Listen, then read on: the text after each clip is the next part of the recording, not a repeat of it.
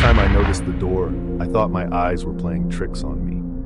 The real estate agent had walked me through every room, showing off the hardwood floors, the crown molding, the spacious attic, but not once had she mentioned the narrow, dust-coated door at the end of the upstairs hallway.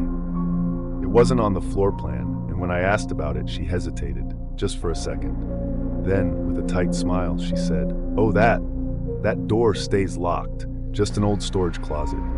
You won't need it." Something in her tone made the hair on my arms rise, but I let it go. After all, the house was perfect, and I was desperate for a fresh start. I should have walked away. I moved in on a gray October afternoon, the sky swollen with heavy clouds. The house had a scent to it, something faintly musty beneath the fresh paint. I ignored it. I ignored a lot of things. The way the floorboards creaked even when I wasn't walking, the way shadows seemed deeper in certain corners, and the door. Always the door. Every night as I settled in, I became increasingly aware of it. Not just its presence, but the feeling it gave off, a wrongness. The way my skin prickled when I passed it. I tried the handle once out of curiosity, locked as expected. Then on the third night, I heard something from inside, a soft, rhythmic tapping. I froze in the hallway, my heart pounding. It sounded deliberate, like someone knocking. I pressed my ear against the wood. Silence. I laughed it off. Old houses made noises. I had to get used to that. The next night, the tapping returned, and then the whispers started. They were faint at first, a murmuring just beyond the threshold, like a conversation taking place in another room. But as the nights passed, the voices became clearer, familiar. By the end of the first week, I could hear my name. Sleep became impossible. Every night, the voices grew stronger, more insistent.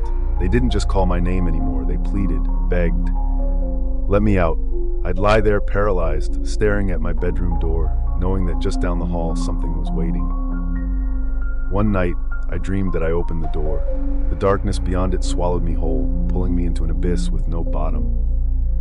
I woke up drenched in sweat, the echo of my own scream still ringing in my ears. The air in the house felt heavier. I saw movement in my peripheral vision, shadows stretching where they shouldn't be, shapes shifting in the darkness. When I walked past mirrors, I felt a strange disconnection, as if my reflection were a fraction of a second out of sync. Then, one night, I woke to the sound of the lock clicking open. I sat up in bed, my breath caught in my throat. The house was silent. Too silent. A stillness had settled over everything, thick and oppressive. And then, the creak of a door slowly swinging open. I knew before I looked. The door at the end of the hall was open. Darkness gaped beyond it. Not the kind of darkness that comes from an unlit room, but something deeper, a void. And something was standing inside it. It was me, or at least it looked like me. The figure stepped forward, its bare feet soundless on the hardwood. It was identical to me in every way. Same height, same build, same weary eyes. But its expression was wrong, off, like a mask stretched over something else. It smiled. I couldn't move, I couldn't breathe. Finally, it whispered, voice slithering through the dark. You let me out. The next thing I knew, I was on the floor, gasping for air. The door was shut. But something felt different. The air was lighter. The house didn't hum with tension anymore. I stood, my legs shaky, and walked to the mirror. And that's when I saw it. The reflection wasn't mine. Not anymore. I'm still here, inside the locked room. Or at least, it looked like me. I scream, but no sound escapes. I pound on the door, but no one hears. The figure stepped forward, its bare feet soundless on the hardwood. It was identical to me in every way. Same height, same build, same weary eyes. But its expression was wrong, off, like a mask stretched over something else. Because I'm on the wrong side now. Time has lost meaning. I don't know how long I've been here. Days, weeks, longer. The whispers that once begged for release have stopped. The void is silent, save for the sound of my own ragged breathing. It smiled. I couldn't move. I couldn't breathe. Finally, it whispered, voice slithering through the dark. You let me out. But I watch. I watch as the thing wearing my face moves through my life. It sits in my chair, eats my food. It smiles at my neighbors, waves to the mailman. It sleeps in my bed, dreams in my body.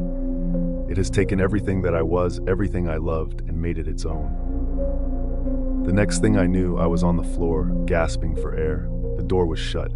But something felt different.